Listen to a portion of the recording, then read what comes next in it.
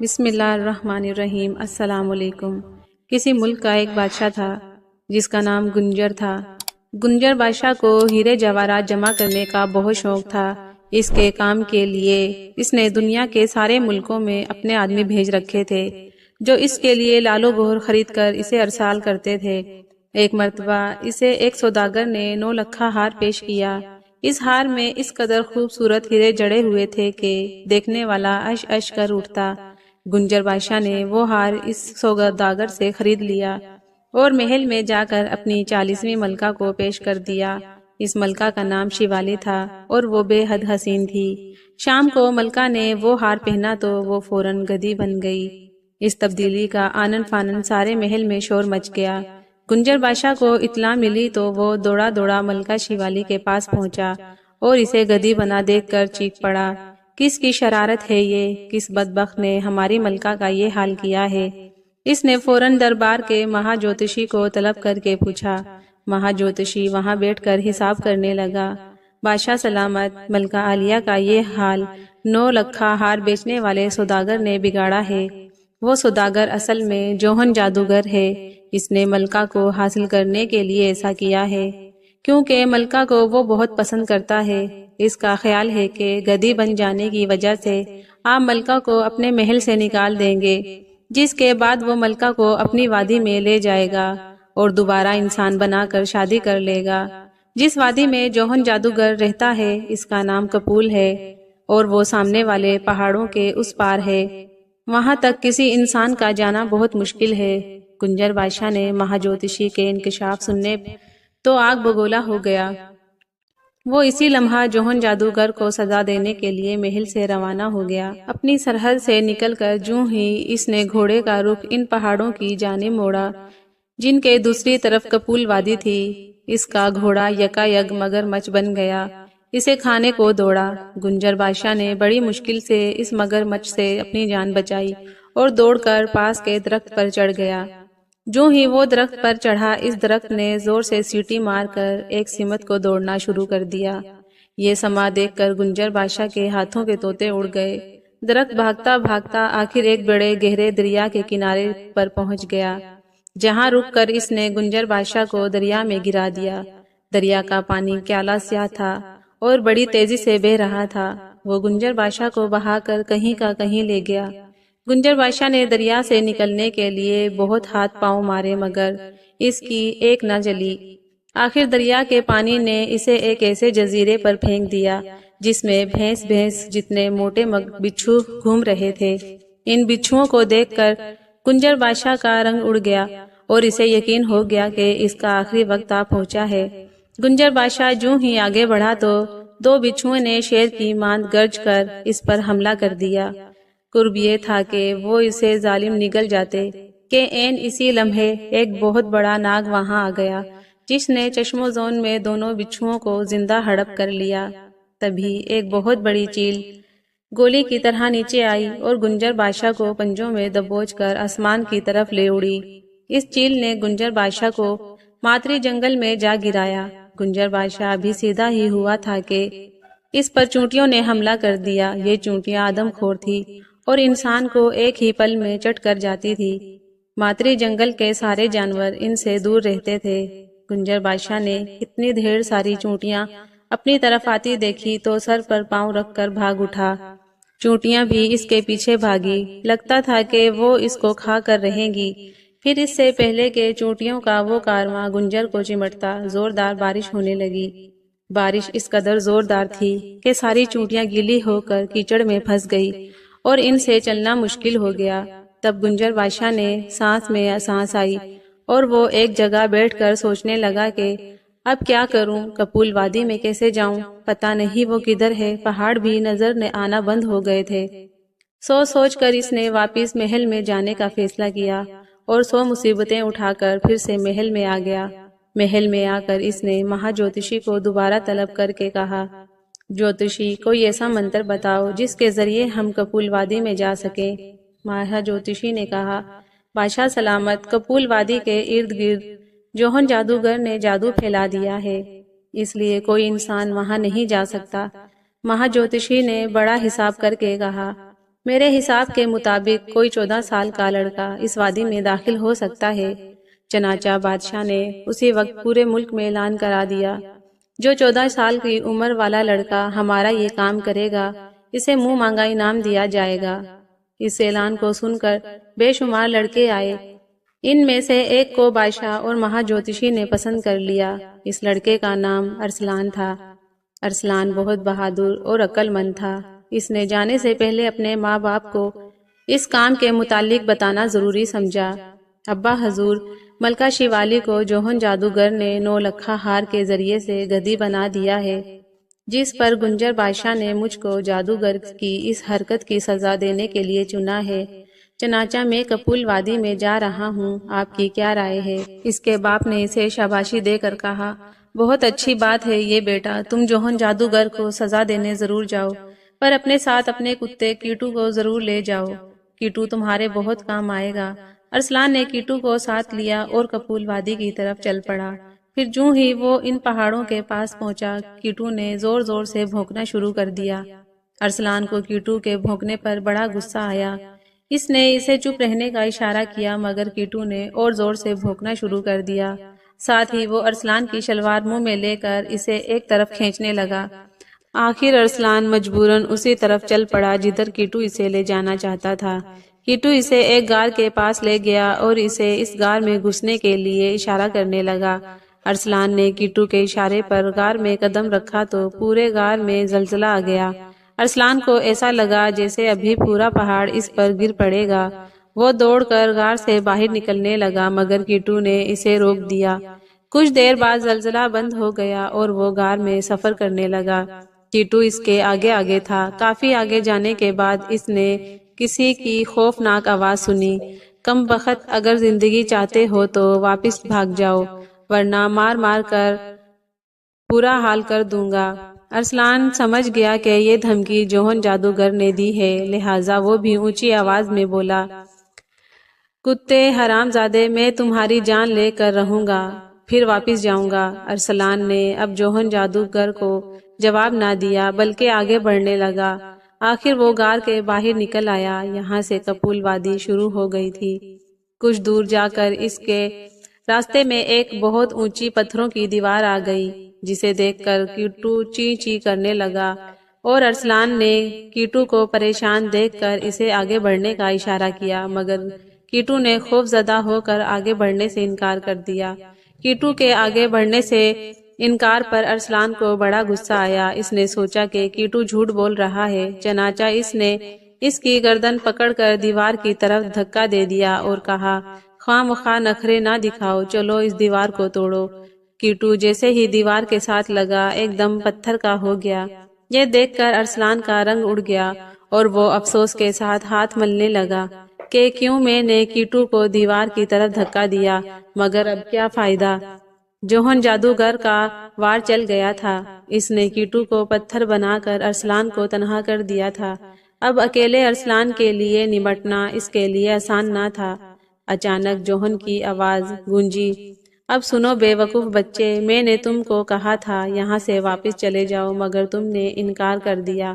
اب تمہیں پتہ چلے گا، مرنے کے لیے تیار ہو جاؤ۔ اتنا کہہ کر جوہن جادوگر نے جادو کا چابک ارسلان کی طرف روانہ کر دیا۔ اس چابک نے آتے ہی ارسلان کو زور زور سے مارنا شروع کر دیا۔ جہاں چابک پڑتا وہاں سے خون نکل آتا۔ قرب تھا کہ چابک کھا کھا کر ارسلان کی کھال پھٹ جاتی اور وہ مر جاتا۔ ایک نورانی چہرے والے بزرگ اس جگہ نمودار ہوئے اور انہوں نے آتے ہی چابک کو پکڑ کر 2 ٹکڑے کر دیے اور ارسلان کو ہاتھ پر اٹھا کر ایک درخت کے سائے میں لے گئے۔ ارسلان اس نیک دل ہستی کو دیکھ کر بولا، بابا جی آپ کون ہیں؟ ہمارا نام دیوال ہے بیٹا، یہ تمہارا کتا کیٹو پہلے ہمارے پاس تھا۔ ہم نے وہ ساری طاقت اس سے بخشی تھی جس کی وجہ سے وہ تمہیں یہاں تک لے آیا ہے۔ تم نے اس کو پتھر کی دیوار کے ساتھ لگا کر بڑی غلطی کی ہے۔ وہ یہ دیوار نہیں ہٹا سکتا تھا کیونکہ یہ علم ہم نے اس کے حوالے نہیں کیا تھا۔ ارسلان یہ سن کر بابا جی کے پیروں پر گر گیا اور رو کر کہنے لگا، بابا جی مجھ سے غلطی ہو گئی ہے، مجھے معاف کریں، مجھے اصل میں غصہ آ گیا تھا، ابھی بچہ ہوں نا۔ دیوال بابا ارسلان کی آہذاری سے بہت متاثر ہوئے۔ انہوں نے اس کی کمر پر تھپکی دے کر کہا، گھبراؤ نہیں، جوہن تمہارا کچھ نہیں بگاڑ سکتا، میری جوتی اپنے پیروں میں پہن لو، پھر دیکھنا کیا ہوتا ہے۔ جو ہی تمہیں کوئی مشکل پیش آئے اس جوتی سے کہنا، ہو جاؤ شروع، بس یہ شروع ہو جائے گی۔ ارسلان نے دیوال بابا بزرگ کی دی ہوئی جوتی پاؤں میں پہننے کے بعد عرض کیا، بابا کیٹو کو بھی ٹھیک کر دے۔ مگر دیوال بزرگ نے کہا، بیٹا کیٹو اب اس وقت تک ٹھیک نہیں ہو سکتا جب تک تم جوہن کا خاتمہ نہیں کر دیتے۔ ارسلان یہ سن کر اداس ہو گیا اور جوہن جادوگر کو ختم کرنے چل پڑا۔ دیوال بابا اچانک وہاں سے غائب ہو گئے۔ پتھر کی دیوار کے پاس آ کر ارسلان نے دیکھا کیٹو کا بت ابھی تک وہاں پڑا تھا۔ اس نے ارسلان کو طیش آ گیا اور وہ جوہن کی عبرتناک سزا دینے کے لیے روانہ ہو گیا۔ جب دیوار 1 فٹ کے فاصلے پر رہ گئی تو اس نے دیوال بابا کی دی ہوئی جوتیوں سے کہا، ہو جاؤ شروع۔ اس کے یہ کہتے ہی دونوں جوتیاں اس کے پیروں سے نکلی اور تڑک تڑک دیوار پر برسنے لگی۔ ذرا سی دیر میں جوتیوں نے دیوار میں اتنا بڑا سوراخ کر دیا جس میں سے ارسلان گزر سکتا تھا۔ چنانچہ ارسلان بڑے آرام سے اس سوراخ کے ذریعے دوسری طرف چلا گیا۔ دیوار کی دوسری طرف جاتے ہی ایک بہت بڑے گدھ نے اس پر حملہ کر دیا۔ ارسلان نے فوراً جوتیوں کو پکارا، وہ فوراً اس کے پیروں سے نکل کر ٹھک ٹھک کر کے گدھ کو مارنے لگی۔ اگلے لمحے گدھ مردہ ہو کر نیچے گر گیا۔ اسی وقت جوہن کی کڑکدار آواز آئی، ان جوتیوں کے گھمنڈ میں نہ رہنا لڑکے، میرے پاس اس قدر طاقتور منتر ہیں جو ان جوتیوں کا حشر نشر کر دیں گے۔ مگر ارسلان نے اس کی دھمکی پر کام نہ دھرے اور لگاتار سفر کرتا رہا۔ شام ہونے تک وہ جوہن جادوگر کے محل میں پہنچ گیا۔ یہ محل ہزاروں سال پرانا تھا۔ اتنا ڈراؤنا محل ارسلان نے پہلے کبھی نہ دیکھا تھا۔ کالے پتھروں سے بنے ہوئے اس محل کی چھت پر لاکھوں الو بیٹھے ہوئے تھے۔ ان الوؤں نے ارسلان کو دیکھ کر شور مچانا شروع کر دیا جیسے کسی کو وہ خبردار کر رہے ہوں۔ پھر وہ ایک دم اڑ کر ارسلان کو مارنے آ گئے۔ ان کی چونچیں کینچی کی مان تیز تھی۔ ارسلان نے انہیں آتے دیکھا تو دیوال بابا کی جوتیوں سے چیخ کر کہا، ہو جاؤ شروع۔ جوتیاں فوراً اس کے پیروں سے نکل گئی اور الو کی درگت بنانے لگی۔ الوؤں نے حجامت بننے پر چلانا شروع کر دیا۔ اتنی دیر میں دیوال بابا کی جوتیوں نے سارے الوؤں کا صفایا کر دیا اور وہ دوبارہ ارسلان کے پیروں میں واپس آ گئی۔ مگر جوہن جادوگر جادو کے زور سے غائب ہو کر محل میں جا کر چھپ گیا۔ ارسلان نے اس کا تعاقب کیا، وہ اسے محل کے کمروں میں ڈھونڈنے لگا۔ محل اتنا بڑا تھا کہ اس کے کمرے ختم ہی نہیں ہو رہے تھے۔ ارسلان جادوگر کو ڈھونڈتے ڈھونڈتے تھک گیا، ایک کمرے میں بیٹھ گیا۔ اچانک ہی کمرہ تیزی سے آسمان کی طرف اڑنے لگا۔ ارسلان بری طرح گھبرا گیا کہ کرے تو کیا کرے۔ کمرے نے کئی میل اوپر جا کر انتہائی تیز رفتار سے زمین کی جانب واپس آنا شروع کر دیا۔ لگتا تھا کہ وہ پوری قوت سے زمین سے ٹکرا جائے گا۔ ارسلان کو کپکپی سی آ گئی، مگر کمرہ زمین سے ٹکرانے کے بجائے دوبارہ آسمان کی طرف اڑنے لگا۔ کمرہ بار بار اسی طرح کبھی تو اوپر اور کبھی نیچے آ جاتا۔ جوہن جادوگر پتہ نہیں کہاں چھپا ہوا یہ کرتب دکھا رہا تھا۔ ارسلان اب تک تو جوتیوں کی وجہ سے بچا ہوا تھا۔ اگر وہ جوتیوں کو بھیجتا تو ہو سکتا تھا کمرہ سچ مچ زمین سے ٹکرا جاتا۔ خوف اور پریشانی سے اس کی سمجھ میں نہیں آ رہا تھا کہ وہ مصیبت سے کیسے نجات حاصل کرے۔ سوچ سوچ کر ارسلان کو ایک ترکیب سوجھ گئی۔ چنانچہ جو ہی کمرہ زمین کی جانب آیا، اس نے دروازے کے پاس جا کر جھٹ باہر چھلانگ لگا دی۔ پاؤں میں دیوال بزرگ کی جوتیاں ہونے کی وجہ سے اس کا بال بھی باقا نہ ہوا، جس کے بعد کمرہ ایک طرف بھاگ نکلا۔ ارسلان فوراً سمجھ گیا کہ اس کمرے میں جادوگر چھپا ہے اور وہ بھاگنا چاہتا ہے، لہٰذا اس نے جوتیوں سے کہا، ہو جاؤ شروع۔ جوتیاں فوراً اس سے اڑتے ہوئے کمرے میں جا گھسی۔ اگلے ہی لمحے اس کمرے سے جوہن جادوگر کی دردناک چیخیں سنائی دی۔ وہ چلا رہا تھا، اوئے میں مرا، میرے باپ کی توبہ، مجھے چھوڑ دو، میں آئندہ زندگی میں کبھی غلط کام نہیں کروں گا بلکہ نیک بن کر رہوں گا۔ مگر جوتیوں نے اس کی ایک نہ سنی اور دھڑ دھڑ اس کے سر پر پڑتی رہی۔ ارسلان آوازوں کو سن کر بہت خوش ہو رہا تھا کہ اب کوئی جادوگر جوہن کے انجام کو دیکھ کر انسانوں کو تنگ نہیں کرے گا۔ کچھ دیر بعد جوہن کمرے سے باہر آ گرا۔ اس کا برا حشر ہو گیا تھا، وہ گھڑی پل میں مرنے ہی والا تھا۔ جوتیاں مسلسل اس پر برس رہی تھی۔ ارسلان کو اس کی صورت بڑی مکروا لگی۔ اس کا چوہے جیسا چہرہ، مینڈک جیسی آنکھیں اور رچھ جیسا بدن دیکھ کر ارسلان کو اس سے بہت نفرت محسوس ہوئی۔ اس نے آگے بڑھ کر اس کے منہ پر تھوک دیا۔ اس لمحہ جوتیوں نے جوہن کی کھوپڑی توڑ دی، جس کے ٹوٹتے ہی اندر سے مری ہوئی چھپکلیاں اور بچھو سانپ نکل کر باہر آ گئے اور زندہ ہو کر جوہن کا گوشت کھانے لگے۔ ذرا سی دیر میں انہوں نے اس کا سارا گوشت ہڈیوں سمیت نگل لیا اور دوبارہ مر گئے۔ اس طرح اس ناپاک جادوگر کا خاتمہ ہو گیا۔ ارسلان دیوال بزرگ کی جوتیاں واپس کر کے اپنے ملک آ گیا۔ یہاں پہنچا تو پتا چلا کہ ملکہ شیوالی ٹھیک ہو گئی ہے اور گنجر بادشاہ اس کا انتظار کر رہا ہے۔ چنانچہ ارسلان نے گنجر بادشاہ سے بڑا انعام لیا اور اپنے گھر کو روانہ ہو گیا۔ بسم اللہ الرحمن الرحیم۔ السلام علیکم۔ پرانے وقتوں کی بات ہے کہ ایک ملک میں ایک جاگیردار کے سب سے چھوٹے بیٹے نے شاہی دربار میں بطور ملازم نوکری کر لی۔ اس لڑکے کا نام رستم تھا۔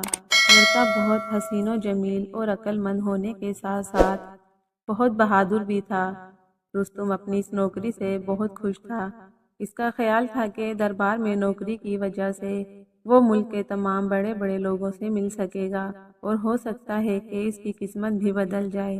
اس طرح یہ کہا جا سکتا ہے کہ رستم کا مقصد نوکری کرنا نہیں بلکہ حکومت چلانے کی تربیت حاصل کرنا تھا۔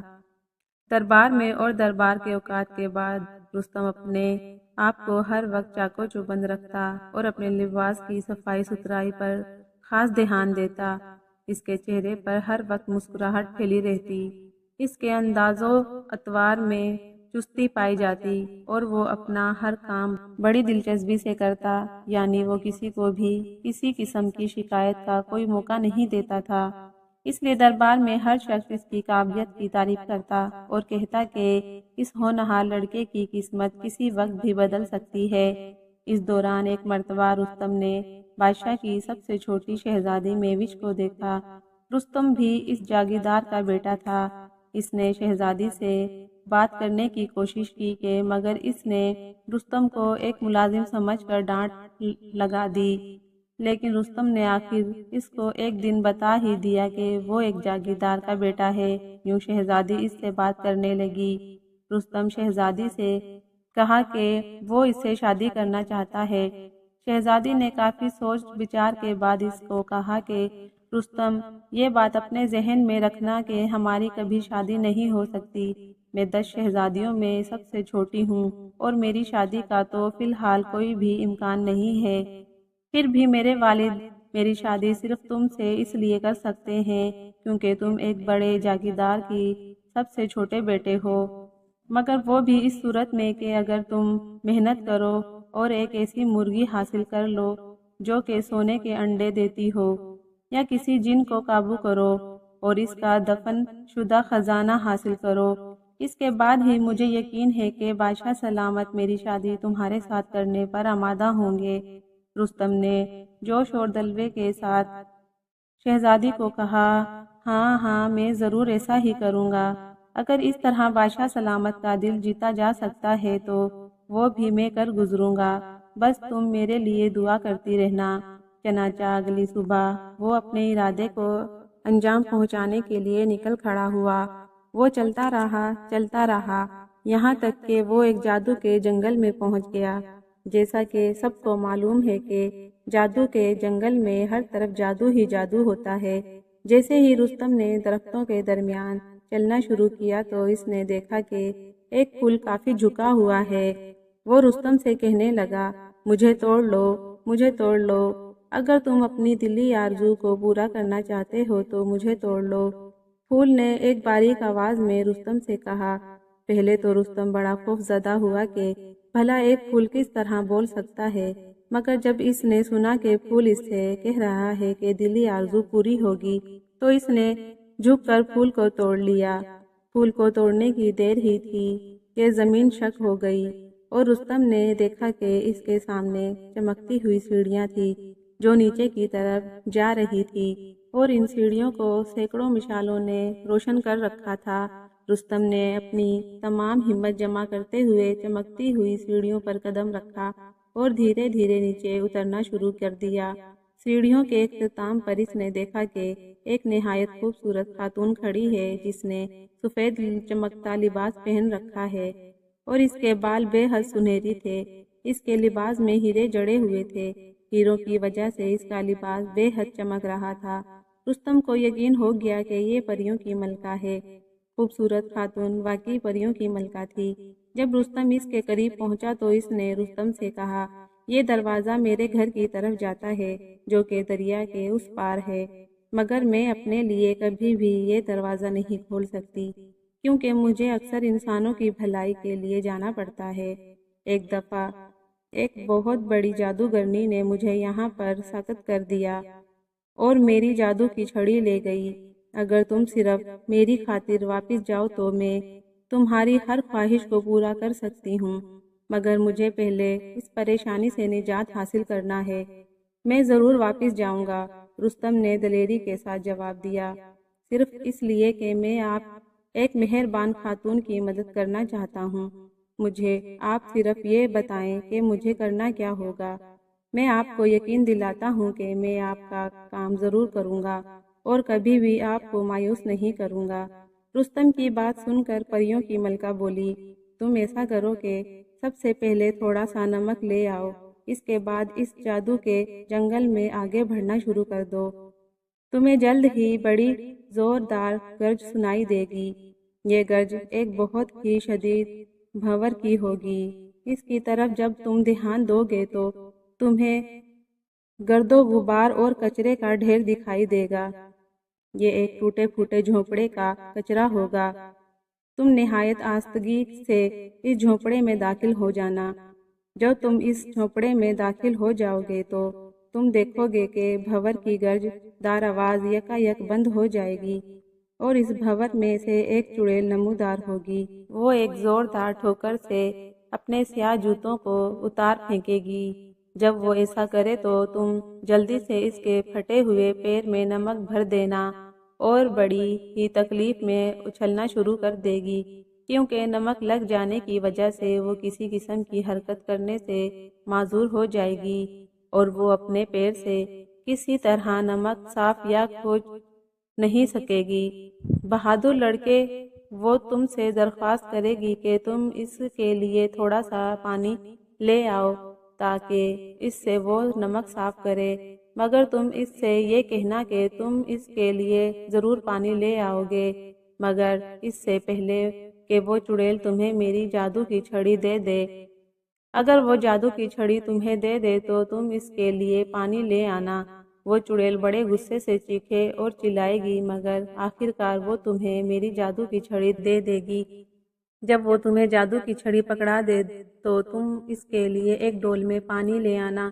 وہ پانی اس کو پکڑا کر تم وہاں رکنا نہیں، بلکہ جب وہ اپنے پیر دھونے لگے تو تم بہت تیزی سے وہاں سے دوڑ لگا دینا۔ جب وہ پانی اپنے پیر پر ڈالے گی تو تمہارے پیچھے دوڑ کر پکڑنے کی کوشش کرے گی، مگر تم تیزی سے دوڑتے ہوئے یہاں آ جانا اور جادو کی چھڑی مجھے دے دینا۔ رستم نے بڑے دھیان سے پریوں کی ملکہ کی تمام باتیں سنی اور ان سب باتوں کا وہ ذہن نشین کرتا چلا گیا۔ اس کو یہ ایک بہترین موقع دکھائی دیا کہ اگر وہ کسی طرح سب کچھ کرنے میں کامیاب ہو گیا تو پھر اس کی شادی شہزادی سے ہونا لازمی تھا۔ وہ خیالوں میں شہزادہ بن گیا اور شہزادی میوش کے خیالوں میں کھو گیا۔ رستم نے جلدی سے چمکتی سیڑھیوں کو عبور کر لیا اور واپس محل میں آ گیا۔ محل سے اس نے تھوڑا سا نمک حاصل کیا اور اس نمک کو سنبھال کر اپنے کپڑوں میں رکھ لیا۔ اس کے بعد وہ ایک مرتبہ پھر اس جادو کے جنگل کی طرف آ گیا۔ وہ آگے ہی بڑھتا چلا گیا۔ جلد ہی اس نے ایک بہت ہی گرجدار آواز سنی۔ اس نے اس آواز کی طرف دیکھا تو اس کو ایک بھنور دکھائی دیا۔ رستم نے اس بھنور کی طرف بڑھنا شروع کر دیا۔ اس نے دیکھا کہ یہ بھور ایک ٹوٹے ہوئے جھونپڑے میں پہنچ جا چکا تھا۔ رستم آہستگی سے جھونپڑے میں داخل ہو گیا اور انتظار کرنے لگا کہ کب چڑیل آئے اور وہ اپنے سیاہ جوتے اتارے۔ اس نے دیکھا کہ ایک چڑیل آئی اور اس نے اپنے پھٹے ہوئے سیاہ جوتوں کو ایک زوردار ٹھوکر سے اتار دیا۔ جوں ہی اس نے جوتے اتارے، رستم نے آگے بڑھ کر اس کے پیروں میں نمک بھر دیا، کیونکہ اس کو ایسا ہی کرنے کے لیے پری ملکہ نے کہا تھا۔ چڑیل نے شدید درد سے بلبلانا شروع کر دیا، مگر رستم نے اپنی شرطیں پیش کر دی۔ چڑیل کچھ دیر تو اس کو ڈراتی دھمکاتی رہی، مگر جلد ہی درد کی وجہ سے مجبور ہو گئی۔ چڑیل نے رستم سے کہا کہ جادو کی چھڑی الماری میں رکھی ہے۔ رستم نے الماری میں سے چھڑی کو نکالا اور پانی سے بھرا ہوا ڈول اس کو تھما دیا۔ جیسے ہی چڑیل نے پانی کا ڈول پکڑا، رستم نے بھاگنا شروع کر دیا۔ اس نے تمام راستے ذہن نشین کر رکھا تھا۔ رستم نے تیزی سے دوڑتے ہوئے پریوں کی ملکہ کو جادو کی چھڑی پکڑا دی۔ اس کا سانس بری طرح پھولا ہوا تھا۔ پریوں کی ملکہ نے خوش ہوتے ہوئے چھڑی کو پکڑ لیا اور اس کا شکریہ ادا کرنے لگی۔ رستم نے بڑی بے قراری سے کہا کہ اے پریوں کی ملکہ، میں چاہتا ہوں کہ میری شادی شہزادی مہوش کے ساتھ ہو جائے۔ تھوڑے ہی دنوں کے بعد رستم نے ایک شاندار محل بادشاہ کے محل کے پاس بنوا لیا، اور یہ سب کچھ پریوں کی ملکہ کی مدد سے ہوا تھا۔ ملکہ نے رستم کو ڈھیر ساری دولت دے دی تھی۔ اب رستم کو کوئی غریب ملازم نہ تھا، چنانچہ جلد ہی بادشاہ نے رستم سے شہزادی مہوش کا رشتہ مانگا۔ اب تو بادشاہ نے ذرا بھی دیر نہ لگائی اور جلد ہی رستم اور شہزادی مہوش کی شادی ہو گئی۔ یوں ایک بہادر لڑکا اپنے مقصد میں کامیاب ہو گیا اور شہزادی بھی رستم کے ساتھ خوش و خرم رہنے لگی۔ اللہ الرحمن الرحیم۔ السلام علیکم۔ ایک تھی رانی، اس کے 12 لڑکے تھے۔ راجا کو بہت ارمان تھا کہ ایک لڑکی بھی ہوتی، لیکن خدا کی مرضی ایسی کہ ہر مرتبہ رانی کے لڑکا ہی پیدا ہوتا۔ یہاں تک کہ لڑکے تو 12 ہو گئے اور لڑکی ایک بھی نہ ہوئی۔ اب راجا نے غصے میں آ کر کہا کہ اگر اس بار لڑکی پیدا ہوئی تو میں ان سب لڑکوں کو مار ڈالوں گا، تاکہ لڑکی ہی راج کرے اور ساری دولت اسی کو ملے۔ یہ سوچ کر راجا نے لڑکوں کے لیے 12 بڑے بڑے صندوق بنوائے، تاکہ جیسے ہی لڑکی پیدا ہو ان لڑکوں کو قتل کر کے ان کی لاشیں صندوق میں رکھ دے۔ ہر صندوق میں ایک ایک کفن بھی رکھ دیا۔ رانی یہ سب کچھ دیکھ کر بہت روتی پیٹتی، دن بھر اسے روتے ہوئے گزرتا، کوئی چیز بھی اچھی نہ لگتی۔ آخر ایک دن چھوٹے لڑکے نے پوچھا کہ امی تم کیوں روتی ہو؟ بیچاری ماں بچے کے اس سوال پر اور پھوٹ پھوٹ کر رونے لگی اور یہ کہہ کر ٹالنا چاہا کہ کچھ نہیں، یوں ہی رو رہی ہوں، لیکن لڑکا نہ مانا۔ وہ بار بار ضد کر کے ماں سے رونے کی وجہ پوچھنے لگا۔ آخر تنگ آ کر ماں بچے کو اس کمرے میں لے گئی جہاں صندوق کفن کے ساتھ رکھے ہوئے تھے۔ ماں نے بچے کو صندوق و کفن دکھائے اور بتایا کہ یہ سب کچھ تم بھائیوں کے لیے ہے۔ راجا نے کہا ہے کہ جب کبھی کوئی لڑکی پیدا ہوگی تو تم سارے بھائی مار ڈالے جاؤ گے اور تمہاری لاشیں صندوقوں میں بند رکھ دی جائیں گی۔ یہ سن کر لڑکے نے ماں کو تسلی دی اور کہا کہ تم رو نہیں، ہم اپنی مدد آپ کریں گے اور کسی نہ کسی طرح اپنی جان بچائیں گے۔ ماں نے اپنے لڑکے کو پیار کرتے ہوئے کہا، بیٹا تم اپنے سب بھائیوں کو لے کر جنگل میں نکل جاؤ اور جو سب سے اونچا درخت ہو اس پر چڑھ جاؤ، وہاں سے شاہی محل کی برجیوں کو دیکھتے رہا کرو۔ اگر میرے یہاں لڑکی پیدا ہوئی تو میں سب سے اونچے برج کے اوپر لال جھنڈا گڑوا دوں گی، اور لڑکا ہوا تو سفید جھنڈا لگوا دوں گی۔ تم لال جھنڈا دیکھنا تو محل کی طرف ہرگز رخ نہ کرنا، اور اگر سفید دیکھنا تو واپس آ جانا۔ دوسرے دن صبح کو ماں نے ہر ایک لڑکے کو کلیجے سے لگایا، پیار کیا اور جنگل کی طرف روانہ کر دیا۔ لڑکوں نے جنگل میں پہنچ کر ایک جھونپڑی بنائی اور اس میں رہنے لگے۔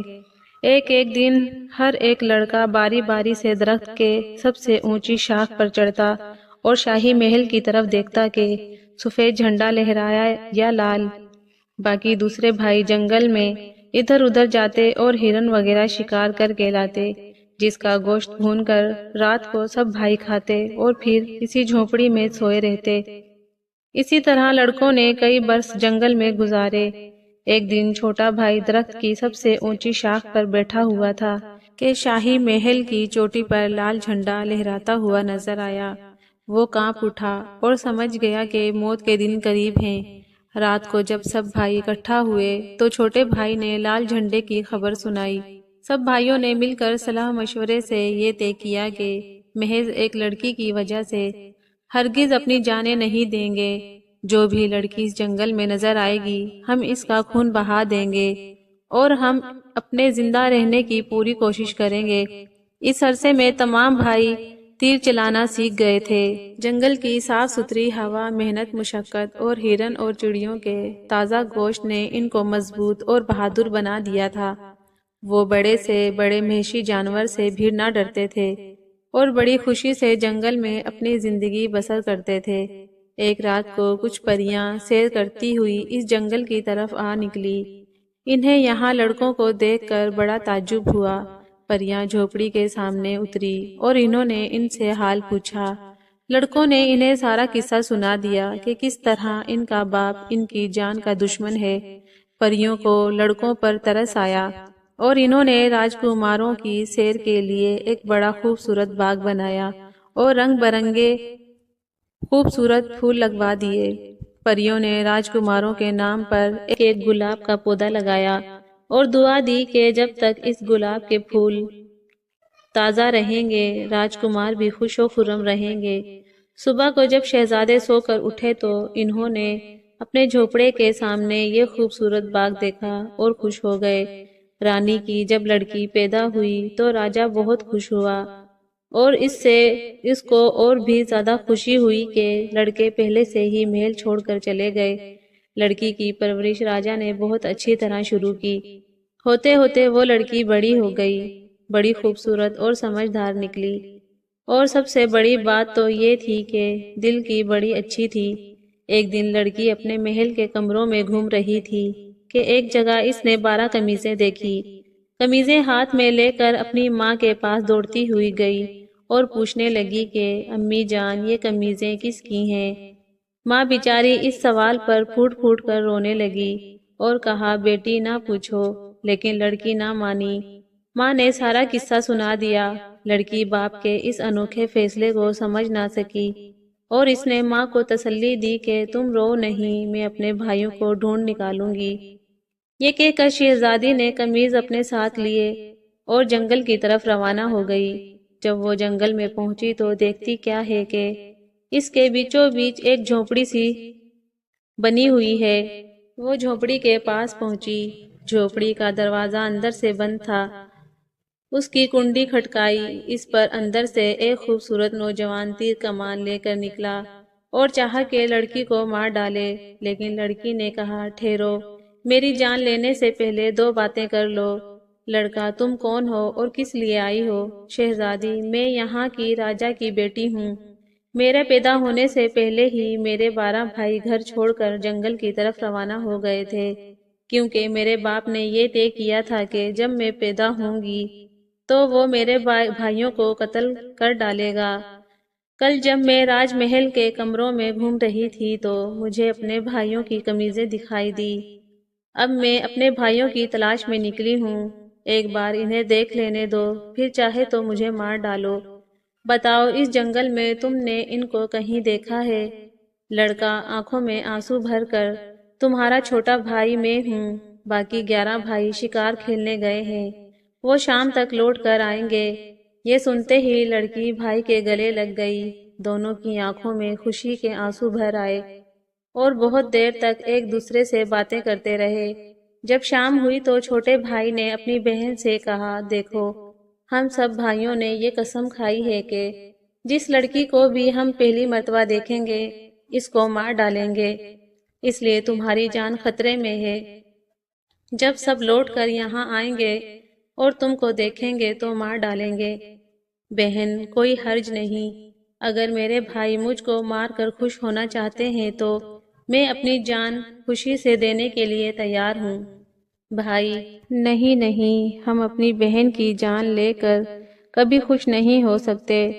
تم ایک کام کرو، وہ جو املی کا بڑا سا درخت نظر آ رہا ہے، اس کی کھو میں چھپ جاؤ، میں تمہیں کسی نہ کسی طرح بچا لوں گا۔ یہ سن کر چھوٹی بہن درخت کی کھو میں جا کر چھپ گئی۔ تھوڑی سی دیر کے بعد سب بھائی واپس آ گئے اور شکار کا گوشت بھوننے لگے۔ جب کھانا وغیرہ کھا چکے تو باقی سب بھائیوں نے چھوٹے بھائی سے پوچھا کہ کہو دن کیسا گزرا؟ چھوٹا بھائی بولا، بڑے مزے میں، آج دن بھر بہت خوش رہا اور اب ہمیشہ ایسے ہی خوش رہوں گا۔ بڑے بھائی نے کہا، بتاؤ ایسی کیا دولت ہاتھ آ گئی؟ چھوٹا بھائی، نہیں بتاؤں گا، شاید تم لوگ چھین لو۔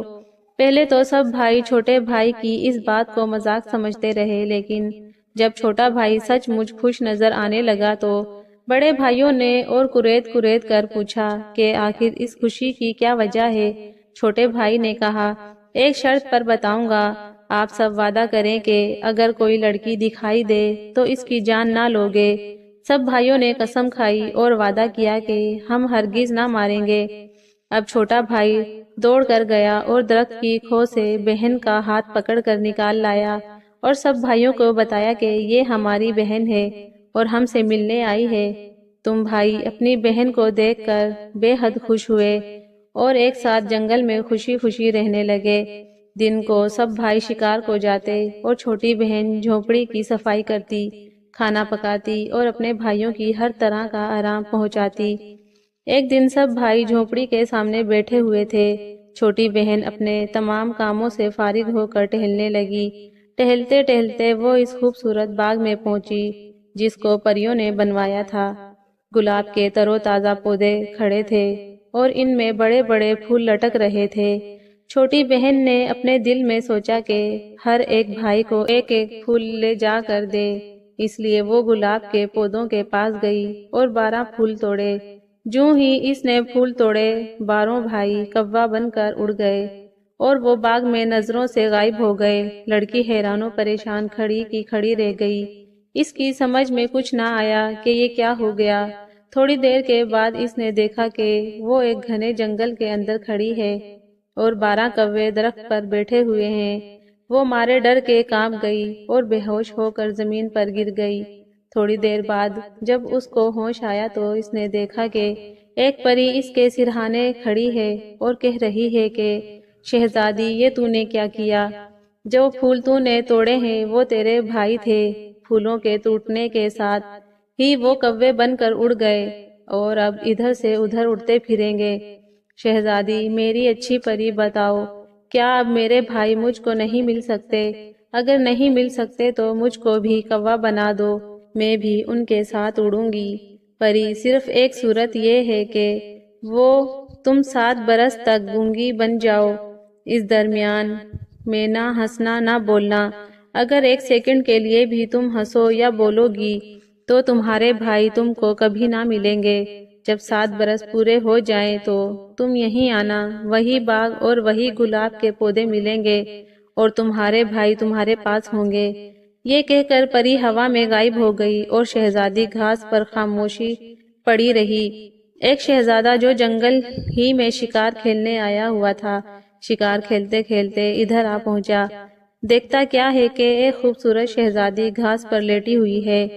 شہزادہ قریب آیا اور شہزادی سے کہنے لگا، تم ہمارے گھر چلو گی، ہم تم کو اپنی رانی بنائیں گے۔ شہزادی نے کچھ جواب نہ دیا، صرف سر ہلایا، اپنی رضامندی ظاہر کی۔ شہزادہ یہ سمجھا کہ شاید شہزادی شرما رہی ہے، اس لیے بغیر کچھ زیادہ بات چیت کیے شہزادی کو گھوڑے پر بٹھا کر گھر کے لیے روانہ ہو گیا اور اپنی ماں سے کہا کہ میں اپنے لیے ایک بڑی خوبصورت رانی لایا ہوں۔ شہزادے کی ماں بھی شہزادی کو دیکھ کر خوش ہو گئی اور کہنے لگی، واقعی بڑی خوبصورت رانی ہے۔ دوسرے دن شادی کا سامان کیا گیا اور شہزادے کی شادی بڑی دھوم دھام سے کی گئی اور دونوں ساتھ رہنے لگے۔ کچھ دنوں تک تو لوگ یہ سمجھتے رہے کہ شہزادی شرم کی وجہ سے نہیں بول رہی ہے، لیکن جب چپ رہتے کافی دن گزر گئے تو لوگوں نے شہزادی کو گونگی سمجھ لیا۔ ایک دن شہزادے کی ماں کہنے لگی کہ یہ تم کس گونگی عورت کو اٹھا لائے ہو؟ یہ بڑی منحوس ہے، اگر صرف گونگی ہوتی تو نہ بولتی، لیکن کبھی ہنستی تو، لیکن یہ تو کہیں کی بھیک مانگنے والی ہے۔ جب سے یہ آئی ہے نحوست چھائی ہوئی ہے۔ شہزادے کی ماں اور اسی قسم کی باتیں کیا کرتی۔ برسوں کے دن گزر گئے اور شہزادہ روز اسی قسم کی باتیں سنتا رہتا۔ آخر ایک دن عاجز ہو کر اس نے طے کیا کہ اس لائی ہوئی شہزادی کو قتل کر دے گا۔ اس نے قتل کا حکم دے دیا اور جلاد ننگی تلواریں سامنے لے کر کھڑا ہو گیا۔ اب جلاد اپنی تلوار شہزادی کی گردن پر مارنے والا ہی تھا کہ اس وقت 7 برس کی مدت ختم ہو رہی تھی۔ شہزادی اس سارے تماشے کو دیکھ کر کھلکھلا کر ہنس پڑی اور کہنے لگی کہ راجا ٹھہریے اور میرے قتل کی وجہ تو مجھ کو بتلا دیجئے۔ مجھ بے گناہ کا خون آپ کیوں کر رہے ہیں؟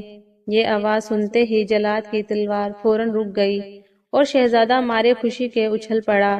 اس نے رانی کو گلے لگا کر کہا، آخر اتنے دنوں تک تم چپ کیوں تھی؟ یہ کیسا مذاق تھا؟ رانی نے اپنے بھائیوں کا سارا قصہ سنایا اور شہزادے سے کہا کہ میرے ساتھ اسی جنگل میں چلیے جہاں سے آپ مجھے لے کر آئے ہیں۔ شہزادہ اور رانی جنگل میں گئے۔ وہی جھونپڑا تھا، وہی باغ اور وہی گلاب کے 12 پودے جن میں خوبصورت پھول کھلے ہوئے تھے۔ 12 بھائی باغ میں ٹھنڈی ٹھنڈی ہوا کھا رہے تھے۔ رانی نے اپنی کہانی اپنے بھائیوں کو سنائی اور بتلایا کہ اس شہزادے سے شادی کر لی ہے۔ رانی اپنے بھائیوں کے ساتھ شہزادے کو لے کر اپنے باپ کے گھر گئی۔ باپ مر چکا تھا۔ سب بھائیوں نے کہا کہ چونکہ چھوٹے بھائی نے بہن کا پتہ لگایا ہے اس لیے چھوٹا بھائی بادشاہ بنایا جائے۔ چنانچہ سب کی مرضی سے چھوٹا بھائی بادشاہ بنایا اور چھوٹی بہن شہزادے کے ساتھ پھر واپس چلی آئی۔ بسم اللہ الرحمن الرحیم۔ پیارے ویورز السلام علیکم۔ ملک تتار کی شہزادی گلرخ اپنی خاص سہیلیوں کے ساتھ شاہی باغ میں سیر کرتی پھر رہی تھی کہ اچانک ایک غلام تیزی سے شاہی باغ میں داخل ہوا اور پھر وہ شہزادی کی طرف بڑھنے لگا۔ شہزادی اسے آتے دیکھ کر رک گئی۔ اس کے رکنے سے اس کی سہیلیاں بھی رک گئی۔ غلام شہزادی کے سامنے آ کر جھک گیا۔ کیا بات ہے؟ کیوں آئے ہو؟ شہزادی نے کہا۔ بادشاہ سلامت نے آپ کو فوری طور پر یاد فرمایا ہے۔ غلام نے کہا، اوہ ہم ابھی حاضر ہو جاتے ہیں۔ شہزادی نے کہا۔ تو غلام نے سلام کیا اور جتنی تیزی سے آیا تھا اتنی تیزی سے واپس چلا گیا۔ تو شہزادی نے اپنی سہیلیوں کو جانے کی اجازت دی اور خود بھی اپنے خاص محل میں پہنچ گئی۔ اس نے لباس بدلا اور اپنی 2 خاص کنیزوں کو ساتھ لے کر وہ شاہی محل میں پہنچ گئی۔ اسے بتایا گیا کہ بادشاہ سلامت اپنے خاص کمرے میں ہیں، تو اس نے دونوں کنیزوں کو وہیں رکنے کا کہا اور خود وہ خاص کمرے میں داخل ہو گئی۔ لیکن اندر داخل ہوتے ہی وہ بے اختیار چونک پڑی کیونکہ وہاں بادشاہ کے علاوہ ایک بوڑھا آدمی بھی موجود تھا۔ آؤ شہزادی گلرخ، یہ بزرگ ملک ایران سے آئے ہیں۔ ان کا نام بزرگ بابا ہے اور یہ تمہارے لیے ایک خاص پیغام لے کر آئے ہیں، اسی لیے ہم نے تمہیں بلوایا ہے، بادشاہ نے کہا۔ تو شہزادی نے بادشاہ کے ساتھ ساتھ اس بزرگ بابا کو بھی سلام کیا اور کرسی پر بیٹھ گئی۔ جیتی رہو، بزرگ بابا نے اسے دعائیں دیتے ہوئے کہا۔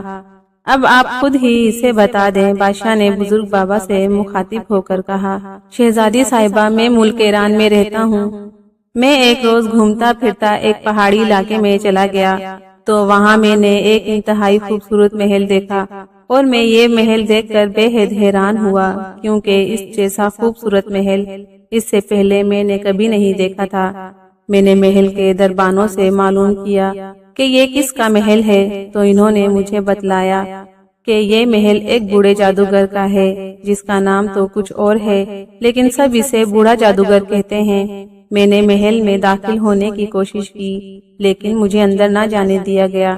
میں واپس آ گیا لیکن کچھ ہی دیر بعد ایک آدمی میرے پاس آیا اور اس نے کہا کہ بوڑھے جادوگر کو تمہارے محل میں آنے کا علم ہوا ہے اور انہوں نے دربانوں کو اس بات پر سزا بھی دی ہے کہ انہوں نے تمہیں اس تک کیوں نہیں آنے دیا اور اب مجھے بھیجا ہے کہ آپ دوبارہ محل میں آئیں۔ بوڑھا جادوگر آپ سے ملنا چاہتا ہے، جس پر میں نے اس سے وعدہ کر لیا۔ کہ کل میں محل میں آؤں گا۔ چنانچہ دوسرے روز میں محل میں پہنچ گیا۔ بوڑھا جادوگر واقعی بے حد بوڑھا بھی ہے اور انتہائی بدصورت بھی۔ وہ مجھے ایک کمرے میں لے گیا جہاں دیوار پر ایک بڑی سی تصویر لگی ہوئی تھی۔ یہ تصویر ایک خوبصورت شہزادی کی تھی۔ اس نے مجھے بتایا کہ اس کا نام شہزادی گلرخ ہے اور یہ ملک تاتار کی شہزادی ہے اور بوڑھا اس سے شادی کرنا چاہتا ہے۔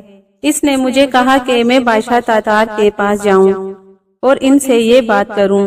اگر بادشاہ رضامند ہو جائے تو ٹھیک، ورنہ وہ اپنے خاص دیو کو بھیج کر بادشاہ کو ہلاک کرا دے گا اور پھر خود تخت پر قبضہ کر کے زبردستی شہزادی گلرخ سے شادی کر لے گا۔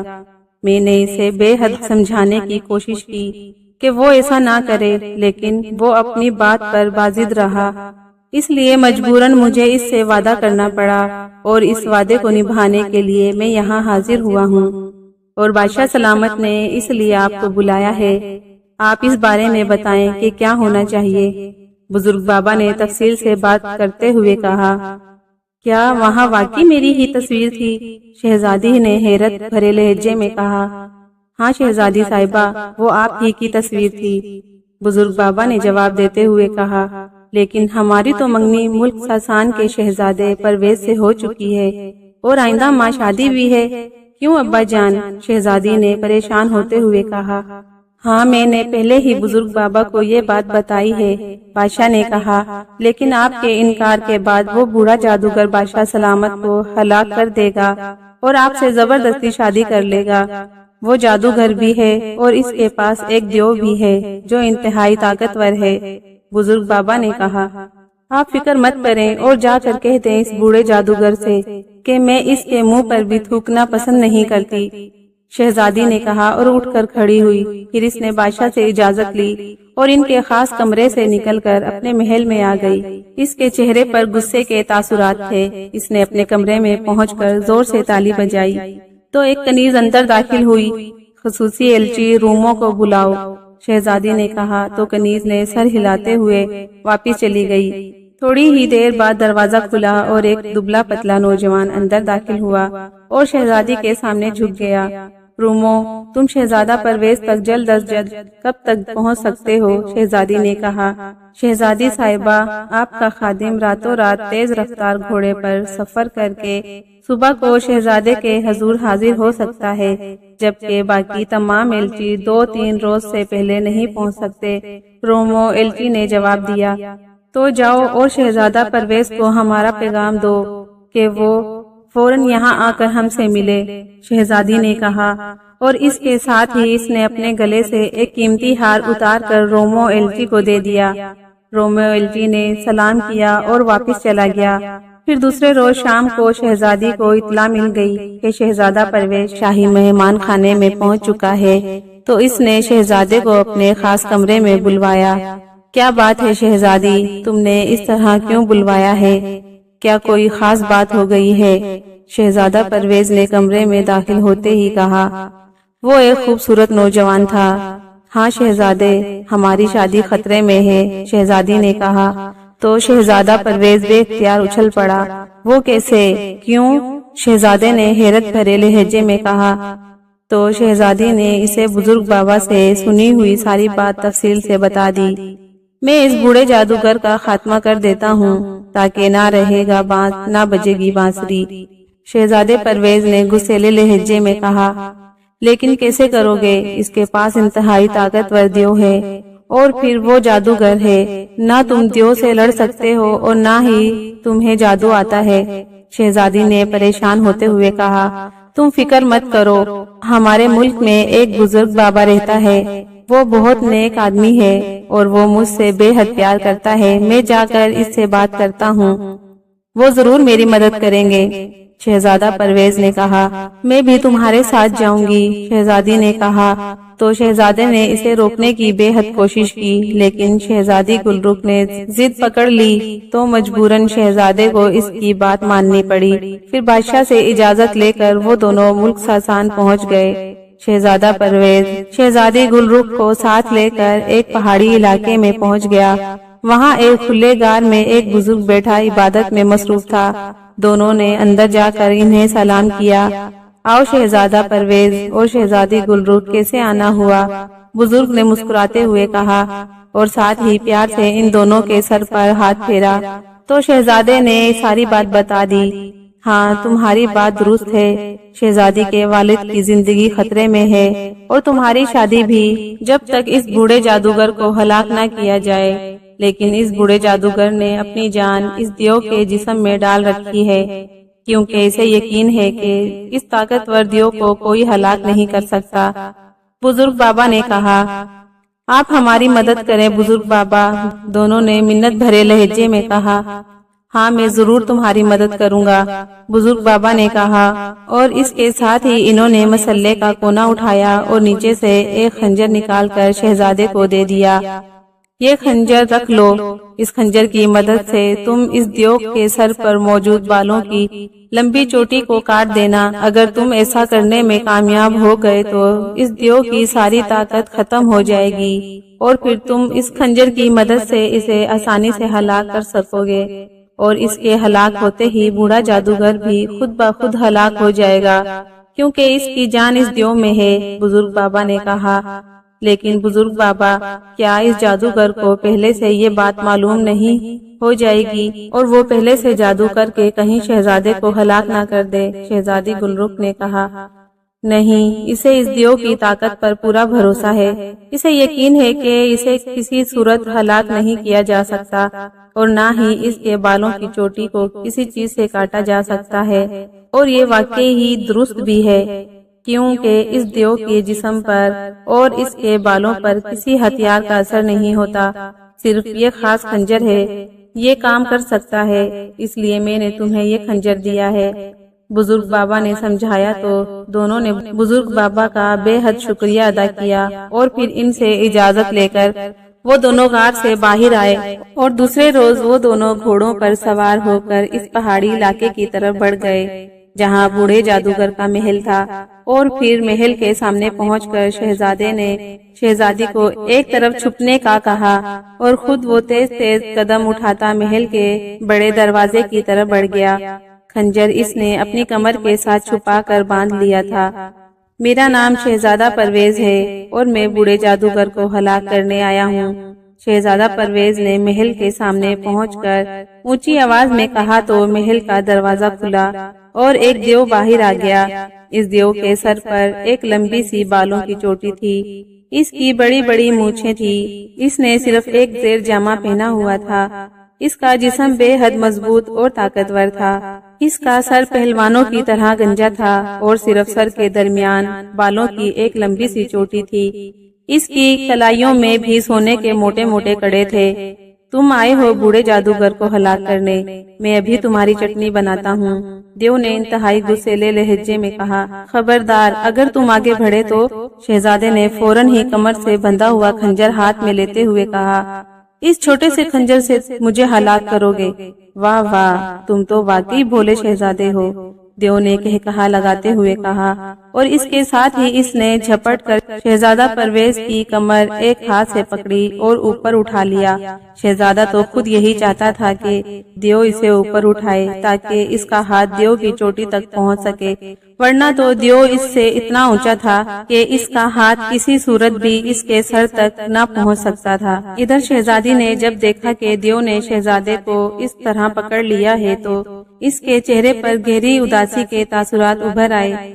وہ یہی سمجھی تھی کہ دیو ابھی شہزادے کو ہلاک کر دے گا، لیکن دوسرے لمحے وہ یہ دیکھ کر اچھل پڑی کہ شہزادے نے ایک حرکت کی اور اس دیو کے گھٹنے پر پیر رکھ کر اس نے چھلانگ لگائی اور ہاتھ میں موجود خنجر کے ایک ہی وار سے اس دیو کی چوٹی کاٹ ڈالی۔ جیسے ہی دیو کی چوٹی کٹی، دیو چیخ مار کر نیچے گر گیا اور شہزادے نے اچھل کر اس کے سینے پر پوری قوت سے خنجر مار دیا۔ خنجر دستے تک اس کے سینے میں گھس گیا۔ اسی لمحے ایک انتہائی بوڑھا اور بدصورت آدمی جس نے جادوگروں کا لباس پہنا ہوا تھا، چیختا ہوا محل سے باہر آتا دکھائی دیا۔ وہ بوڑھا جادوگر تھا، لیکن اس سے پہلے کہ وہ وہاں پہنچتا دیو ہلاک ہو گیا، اور اس کے ہلاک ہوتے ہی بوڑھا جادوگر بھی چیختا ہوا نیچے گرا اور ہلاک ہو گیا۔ اس کے ساتھ ہی ایک دھماکہ ہوا اور ہر طرف دھواں سا چھا گیا، اور پھر ایک روتی ہوئی آواز سنائی دی، میرا نام بوڑھا جادوگر تھا، میں نے اپنی جان دیو میں رکھی ہوئی تھی، لیکن شہزادہ پرویز نے دیو کو ہلاک کر کے مجھے بھی ہلاک کر دیا۔ پھر جب آواز بند ہوئی تو دھواں بھی جھٹ ہو گیا، تو وہاں موجود محل بھی غائب ہو چکا تھا، اور وہاں دیو اور بوڑھے جادوگر کی لاش پڑی ہوئی تھی۔ شہزادی بے حد خوش ہوئی، اور پھر 1 ماہ بعد ان دونوں کی شادی انتہائی دھوم دھام سے ہو گئی، اور وہ دونوں ہنسی خوشی زندگی گزارنے لگے۔ پیارے ویورز، آپ کو میری کہانی اچھی لگی تو پلیز چینل کو سبسکرائب ضرور کریں، ویڈیو کو لائک کریں اور شیئر کریں۔ شکریہ۔